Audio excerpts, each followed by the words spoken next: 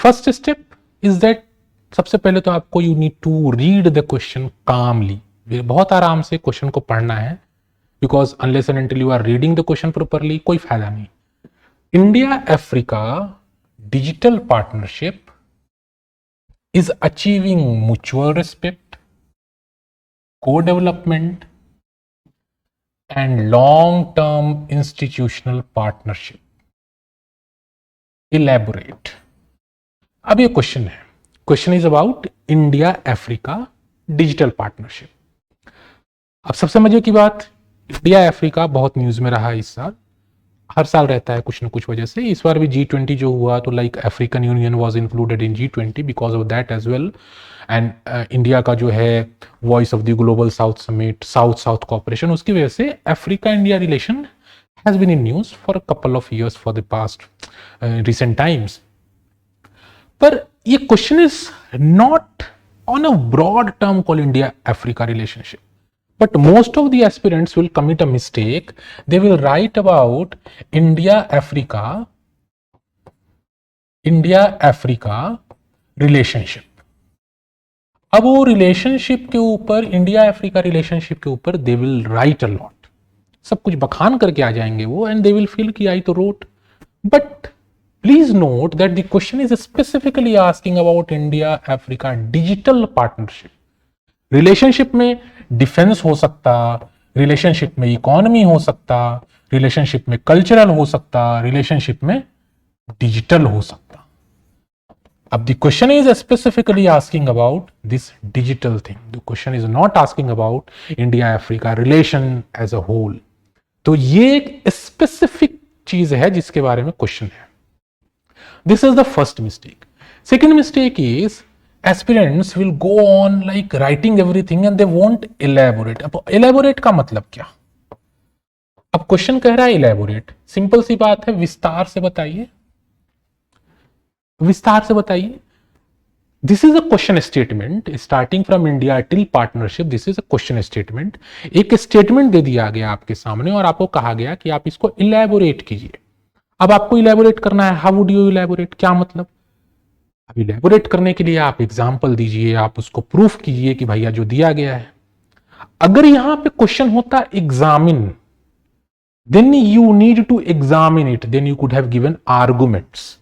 पर यहां पे एग्जामिन नहीं है, एनालिसिस नहीं है, कमेंट नहीं है, क्वेश्चन है elaborate. But most of the aspirants उन्होंने वो क्या करेंगे, दे will go on giving arguments.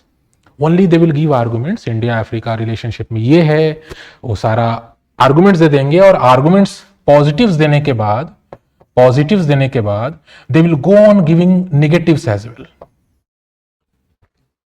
150 words का क्वेश्चन है, 50-60 words they will give negatives, 50-60 words they will give negatives, और उन्हें लगेगा कि हमने एक बैलेंस्ड आंसर लिखा है. जैसा आजकल होता है ना कि most of the institutes will keep telling you कि your answer should be balanced. आपका आंसर बैलेंस होना चाहिए. भैया बैलेंस हर केस में नहीं होने की जरूरत है कि हर कुछ भी पूछ रहा है हम बैलेंस ही कर रहे हैं. If you are balancing your answer in all types of questions, तो आपको क्वेश्चन का मतलब ही नहीं समझ में आ रहा. अब क्वेश्चन आपसे आर्गुमेंट्स मांग ही नहीं रहा पॉजिटिव्स और नेगेटिव्स में. क्वेश्चन ने तो क्लियर कट एक स्टेटमेंट दिया और आपको कह रहा है कि आप इसको इलेबोरेट करो, आप इसको विस्तार से समझाओ. बट एस्पिरेंट्स क्या करेंगे, अपना आधा समय वो चैलेंजेस लिखने में चले जाएंगे कि इंडिया अफ्रीका डिजिटल पार्टनरशिप या रिलेशनशिप के चैलेंजेस क्या है, और उन्हें लगेगा कि हमने पॉजिटिव दिया, हमने चैलेंजेस बताया और हमने एक वे फॉरवर्ड दिया.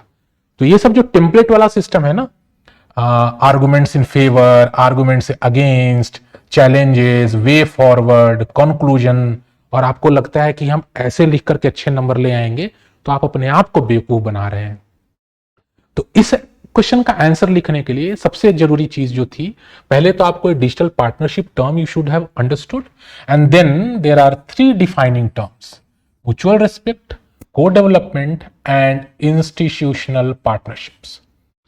अब इंडिया अफ्रीका डिजिटल पार्टनरशिप का जो भी एस्पेक्ट आप इलेबोरेट करने जा रहे हैं, those elaboration should touch these 3 defining terms.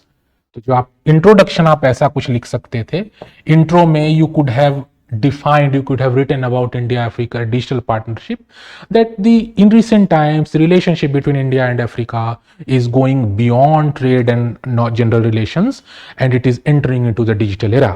ऐसा करके you inserted the tinge of or taste of digital thing in the India-Africa relationship.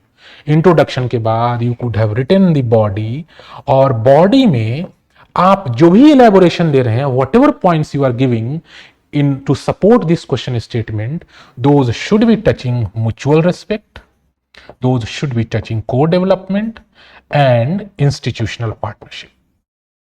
अब इनके लिए कैसे हो सकता है? तो म्यूचुअल रिस्पेक्ट का मतलब क्या? म्यूचुअल रिस्पेक्ट का मतलब आपसी सम्मान, रिस्पेक्टिंग ईच अदर.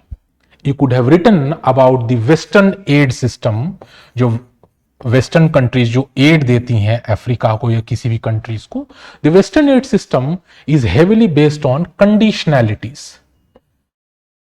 कंडीशनैलिटीज, बहुत सारे कंडीशंस लगा करके देते हैं कि भैया ऐसा करोगे तो आपको इतने पैसे मिलेंगे, इतने डॉलर मिलेंगे. तो ये जो कंडीशनैलिटीज वाली बात है. बट इंडिया के केस में क्या है कि India is working towards mutual respect. India is giving respect to Africa and in turn India gaining also respect of Africa. तो आप ये बता सकते थे वेस्टर्न एड कंडीशनैलिटीज का.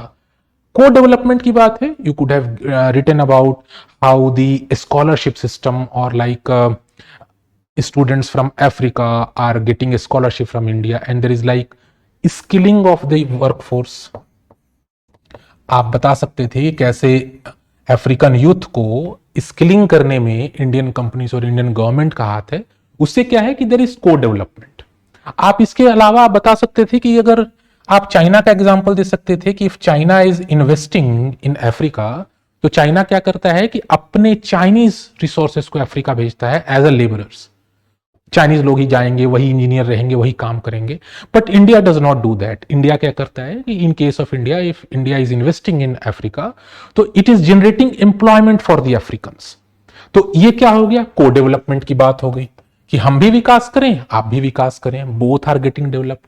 फिर इंस्टीट्यूशनल पार्टनरशिप में आप बता सकते थे कि there are Indian companies which are investing, which are signing MOUs, long term memorandum of understanding with African governments for long term specific things. For example आप telecom companies का एग्जाम्पल दे सकते थे कि how they are investing in Africa with long term intentions. तो उससे क्या हुआ कि इंस्टीट्यूशनल पार्टनरशिप वाले टर्म को भी हमने करा. Question is only for 150 words. तो ऐसा नहीं है कि आपको हर में कोई 5-5 पॉइंट्स लिखने हैं. नो, आपने तीनों में अगर एक 2 पॉइंट्स भी दे दिया, it could have worked. But the real thing is that you should be touching 1, 2 and 3. If you are not touching these 3, certainly you are not going to meet the contextual demand. अगर इतना लिखने के बाद still you are having some spare word, space and time, then you could have written one sentence of challenges. Otherwise इस question में challenges लिखने की जरूरत नहीं थी. जस्ट बिकॉज टू आपको ऐसा लगे कि आपका आंसर बैलेंस होना चाहिए, तो आप जबरदस्ती का चैलेंजेस इंसर्ट मत कीजिए. तो इसके बाद you could have given a simple conclusion that India Africa partnership is based on very strong foundations of mutual respect and co-development, and it is set to go higher provided the conducive environment is being maintained. कुछ नहीं किया हम, conducive environment रहेगा तभी तो development, हम relationship और partnership ज्यादा स्ट्रांग होगी इन फ्यूचर टर्म्स में. तो इस तरीके से like writing an answer is very small thing. कोई बहुत बड़ा रॉकेट साइंस नहीं है आंसर राइटिंग. बट उसके लिए ना क्वेश्चन पूछ क्या रहा है, उसको how to meet that contextual demand, what to write, what not to write, how to write within the word limit. ये छोटी छोटी चीजें हैं that you need to work on, and with practice you are certainly going to gain command over this. See you in next session.